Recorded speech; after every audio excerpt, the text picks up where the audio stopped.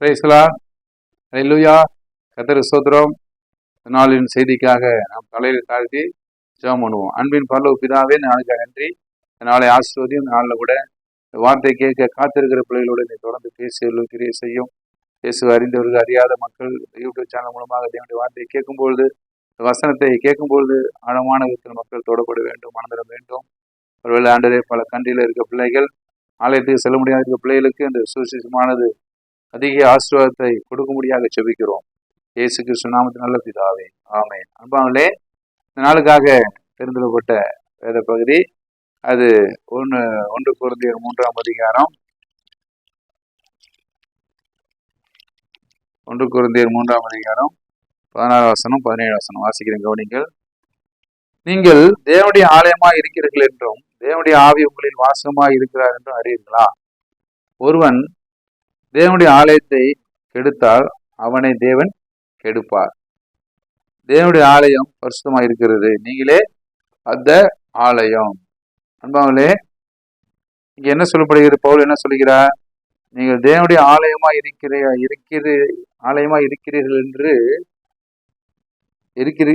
என்றும் தேவனுடைய ஆவி உங்களில் வாசமா இருக்கிறார் என்றும் அறியீர்களா? என்ன சொல்லப்பட்டிருக்கு? தேவனுடைய ஆலயமா நம்ம இருக்கிறோம், தேவனுடைய ஆவி உங்களில் வாசமா இருக்குது, அது நீங்க அறியீர்களா? அப்போ ஒரு மனிதனுக்குள்ளாக தேவன் இருக்கிறார், கடவுள் இருக்கிறார். அவர் எப்படி இருக்கிறார்? ஆலயமாக இருக்கிறார். அந்த ஆலயம் தேவனுடைய ஆவினாலே வாசமா இருக்குது. தேவனுடைய ஆவி, மனுஷனுடைய ஆவி கர்த்தர் தந்துள்ள தீபமா இருக்குது. அவர் உள்ளத்தின் உள்ளவங்களும் ஆராய்ந்து பார்க்கலாம். அப்போ நம்முடைய ஆவி கர்த்தர் தந்துள்ள தீபம்.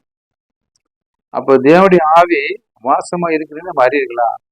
நீ அநேகர் நம்ம கடவுளுடைய ஆவி பெற்று இருக்கிறோம், அதை நம்ம அறிந்திருக்கிறோம், தெரிஞ்சிருக்கிறோம். ஆனா நமக்குள்ளாக என்ன இல்லை? தேவனுடைய ஆவி இருக்குதா இல்லையா அப்படிங்கிறது நம்ம என்ன செய்கிறோம்?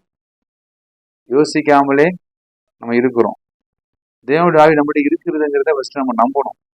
எப்போ நம்ப முடியும்? கடவுள் மேல் நம்பிக்கை இருக்கும்போது தான் நம்ம அதை நம்ப முடியும்.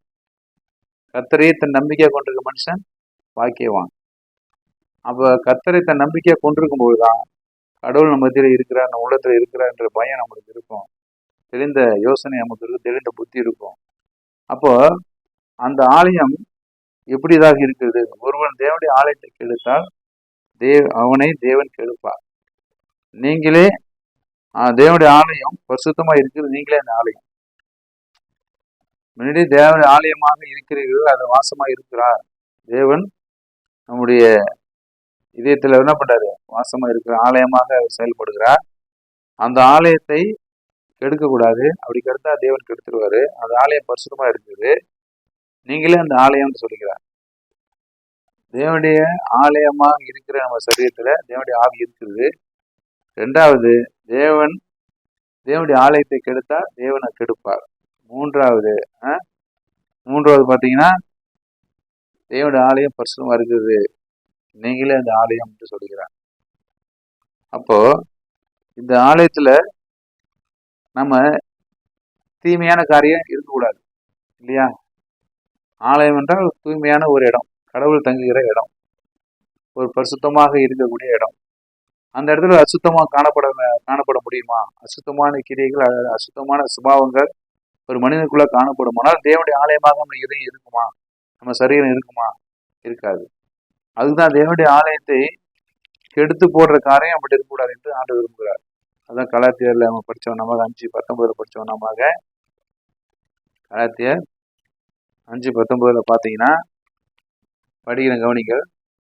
தேவனுடைய ஆலயத்தை கெடுக்கக்கூடிய காரியங்கள், மாம்சத்தின் கிரியைகள் வெளியரங்கமாக இருக்கின்றன. அவை யாவன? விபச்சாரம், வீசித்தனம், அசுத்தம், காம விகாரம், விக்கிரக ஆராதனை, பிள்ளிச்சோனியம், பகைகள், விரோதங்கள், வைராக்கியங்கள், கோபங்கள், சண்டைகள், பிரிவினைகள், மார்க்க பேதங்கள், பொறாமைகள், கொலைகள், வெறிகள், களியாட்டுகள் முதலானவைகளே. இப்படிப்பட்டவைகளை செய்கிறவர்கள் தேவனுடைய ராஜ்யத்தை சுதந்திரிப்பதில்லை என்று முன்னே நான் சொன்னது போல இப்பொழுது உங்களுக்கு சொல்லுகிறேன் என்று பவுல் இங்கு சொல்லுகிறார். பார்த்தீங்கன்னா அன்பாவிலே, மாமிசத்தின் கிரிகளை படித்தோம் இல்லையா? கலாத்தியர் 5:19 வசனத்திலிருந்து 21 வரைக்கும் படித்தோம் இல்லையா? 17 விதமான பாவங்கள் இருக்குது. இந்த மாமிசத்தின் கிரியைகள் தான் நம்முடைய இதயத்தை, ஒரு ஆலயத்தை கெடுக்கிறது. தேவனுடைய ஆலயமாக நீங்க இருக்கிறீங்கன்னு சொன்னார் இல்லையா? அந்த ஆலயம் தூய்மையாக இருக்கணும். அப்ப இப்படி இந்த 17 விதமான பாவம் நம்மகிட்ட காணப்படுமானால், இந்த தீய குணம், ஜென்ம சுபாவம் காணப்படுமானால், தேவனுடைய ஆலயமாக இருக்க முடியாது. அது அசுத்தமான இடமா மாறிடும். இப்ப தேவன் அங்க இருக்க மாட்டார். அப்ப தேவன் நம்முடைய இதயமானது தேவனுடைய ஆலயமா இருக்குது. நம்ம சரீரம் தேவனுடைய ஆலயமா இருக்குது. இந்த சரீரத்தை தீட்டுப்படுத்தினா, நம்முடைய இதயத்தை தீட்டுப்படுத்தினா, தேவன் என்ன பண்ணுவார்? அவர் நம்ம கெடுத்து போடக்கூடாது. அவர் கொடுத்த இடத்த நம்ம கெடுத்து போடுறோம். இப்படிப்பட்ட இந்த ஜென்ம சுபாவம் உள்ள பாவத்தின் மூலமாக நம்ம இதயத்துல வாசம் பண்ணும்போது தேவனுடைய ஆலயத்தை கெடுக்கிறவராக மாறுகிறோம். அப்ப நம்ம தேவனுடைய ஆலயத்தை கெடுக்கும் போது தேவன் என்ன பண்ணுவார்? நம்மளை கெடுப்பாராம். அப்ப என்ன அர்த்தம்? நாமளே கடவுளை நம்முடைய இதயத்திலிருந்து எடுத்து போட்டு விட்டோம்னா, அப்ப நம்ம வாழ்க்கை என்ன ஆகும்? தவறான வழியில போவோம். நம்மளை பிசாசு பிடிச்சி நம்மளை அலக்கழிப்பான். நம்ம குடும்பத்துல பிரச்சனை, போராட்டம் அதிகமாக தலைவிரித்து ஆடும். போராட்டங்கள் அதிகமாகும். கடவுள் என்ன பண்ணுவாரு? துக்கப்படுவாரு. என்னுடைய ஆலயத்தை தீட்டுப்படுத்தானே அப்படின்னு சொல்லி வேதனைப்படுவார். அப்ப பிசாசு ஆட்டோமேட்டிக் நம்மளை கெடுத்து போடுவான். தேவன் பார்த்து சும்மா தான் இருப்பாரு. நீ எப்போ ஆண்டவனை கூப்பிடுறியோ, ஐயோ என்ன பாவத்தை மன்னிங்கன்னு எப்போ கேட்குறியோ, அப்போதான் ஆண்டவன் உனக்கு உதவி செய்வார். அப்ப மன்னிப்பு ஏற்கும். தன் பாவங்களை மறைக்கிறவன் வாழ்விட மாட்டான். அவைகளை அறிக்கை செய்து விட்டு விடுவனே இறக்க முறைன்னு சொன்னார் இல்லையா? அதுதான் அந்த மாமிச கிரிகளை அறிக்கையிட்டு மனம் திரும்பணும், விட்டு விடணும். விட்டு விடியா ஜெபம் பண்ணணும் ஆண்டவர்கிட்ட. அப்பதான் இந்த ஆலயமானது பரிசுத்தமாக்கப்படும். அப்பதான் நம்மளே இந்த ஆலயமாக இருக்க முடியும். அப்போ அன்பானே, நம்ம அந்த ஆலயமாக இருக்கிறதுக்கு என்ன செய்ய வேண்டும்? அப்ப அதை விட்டு விட்டோம். அது எப்படிப்பட்ட மாமிச கிரிகளை ஒழிச்சு விட்டு ஆவிக்குரிய அந்த எண்ணங்களை உருவாக்கி கொடுத்து எப்படி அப்படின்னு பார்த்தா, அதே கலாத்தியர் 5ஆம் அதிகாரம் 22ஆம் வசனம் 24ஆம் வசனத்தை வாசிக்கிறேன். ஆவியின் கனியோ அன்பு, சந்தோஷம், சமாதானம், நீடிய பொறுமை, தயவு, நற்குணம், விசுவாசம், சாந்தம், நிச்சயடக்கம், இப்படிப்பட்டவர்களுக்கு விரோதமான பிரமாணம் ஒன்றுமில்லை. கிறிஸ்தனுடையவர்கள் தங்கள் மாம்சத்தையும் அதன் ஆசை இச்சைகளையும் சிலுவையில் அடைந்திருச்சார்கள். சிலுவையில தான் பரிசுத்தம் காணப்படும். சிலுவையில தான் பாவத்தை இயேசு ஜெயித்தார். சிலுவையில தான் பாவத்தை கொன்று தீர்த்தார். சிலுவையில தான் தேவன் உயிர்த்தெழுந்தார். உயிர்த்தெழுந்த வல்லமை சிலுவையில் இருக்குது. அப்ப அந்த சிலுவையை நோக்கி கூப்பிடும் ஆண்டோட நோக்கி ஜெபிக்கும் போது, சிலுவை மூலமாக வருகிற பாடுகள் ஒவ்வொருத்தர்களை சகிக்கும் போதுதான் கிறிஸ்துவின் அன்பை காண முடியும். பாடுகளே இல்லாம, ஒத்துருமே இல்லாம வாழ்க்கை இருந்துச்சுன்னா அந்த வாழ்க்கையில வெற்றி இருக்காது, சமாதானம் இருக்காது, சந்தோஷம் இருக்காது. அந்த வாழ்க்கையினுடைய அர்த்தம் என்னன்னு தெரியாது. ருசி பார்க்க கர்த்தர் நல்லவர் என்பதை ருசித்து பாருங்க சொன்ன வேத வாசனமானது நிறைவேறாம போயிடும். அப்போ கர்த்தர் நல்லவர் என்பதை ருசி பார்க்கணும்னா இயேசு கிறிஸ்துடைய பாடுகளுக்கும் மரணங்களுக்கும் நம்மளை ஒப்பு கொடுக்க வேண்டும். நம்மளை அதுக்குள்ளாக பொருத்தி கொள்ள வேண்டும். நமக்கு இந்த ஆவிக்குரிய கனிகளை பெற்றுக்கொள்ளணும்னா இப்படிப்பட்ட விசுவாசம் உள்ள காரியத்தை நம்ம செயல்படணும். அதுதான் நம்முடைய ஆலயமாக தேவன் சொல்லுகிறார். ஒருவன் தேவனுடைய ஆலயத்தை கெடுத்தால் அவனை தேவன் கெடுப்பார். தேவனுடைய ஆலயம் பரிசுத்தமா இருக்கிறது. இந்த ஆவிக்குரிய கனிகளை பெற்றுக்கொள்ளும்போது நம்ம பரிசுத்தமான ஒரு இதயமாக, ஆலயமாக சரீரம் மாறுகிறது. அந்த ஆலயம் நீங்களே உங்க இருதயத்தை, உங்களுடைய சரீரத்தை ஆலயமாக பாவித்துக் கொள்ளுங்கள், ஆலயமாக வைத்துக் கொள்ளுங்கள், தீட்டுப்படுத்தாதீர்கள். அப்போ தீட்டுப்படுத்தும் போது நமக்கு என்ன உண்டு? அங்க நமக்கு துக்கமும் கண்ணீரும் வியாதியும் வறுமையும் போராட்டமும் தான் இருக்கும். அதான் தேவன் சொன்னார், மோசம் போகாத தேவன் உங்களை பரியாசம் பண்ண விட்டார், தம்மை பரியாசம் பண்ண விட்டார். மனுஷன் எதை விதைக்க அதையும் அறுப்பான். மாம்சத்தை விதைக்கிற மாம்சத்தை அறுப்பான், ஆவிக்கென்று விதைக்கிறவன் ஆவிக்கு நித்திய ஜீவனை அறுப்பான்னு சொன்னார் இல்லையா? அப்போ இங்க ரோமர் 12:1 படிச்சீங்கன்னா அதை போட்டிருக்கு, நம்முடைய ஆலயம், நம்ம சரீரம் எப்படியாக ஆலயமாக பாவிக்க வேண்டும்.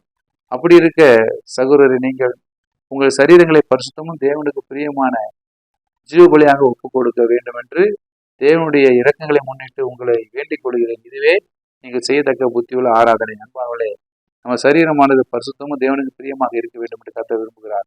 அதனால நம்முடைய ஆலயத்தை கெடுத்து போடாதபடி பரிசுத்தமாக காக்க முடியாத தேவன் பேர் ஒப்பு கொடுப்போம். தேவன் நம்மளை பரிசுத்தமா காத்துக்கொள்ள வழி செய்வார். செபிக்கலாமா?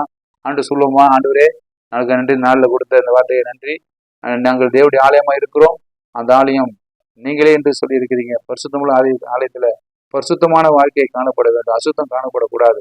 ஆனால் அசுத்தம் முழுவதுமாக நீக்கி போட்டு பரிசுத்தம் வாழ கிருபை செய்யுங்கப்பா. எங்க ஆலயத்தை நாங்களே கெடுத்து கூடாதபடி ஆண்டவரே எங்களுக்கு உதவி செய்யும். எங்களுடைய பாவத்தை சாபத்தை மன்னித்து ஏற்றுக்கொள்ளும். எல்லாவற்றையும் இயேசு கிறிஸ்து நாமத்தை தாழ்மொழி ஜெபித்து நல்ல பிதாவே, ஆமென். ஆசீர்வாதம் கர்த்தராகிய இயேசு கிருபையும் பிதாவுடைய அன்பும் அன்பினமும் அரவணைப்பும் பாதுகாவலும் இப்போ நம்மளோட கூட இருந்து நம்மளை ஆசீர்வதித்து வழிநடத்தி காப்பாராக. ஆமென், ஆமென். God bless you. கர்த்தர் உங்களை ஆசீர்வதிப்பார்.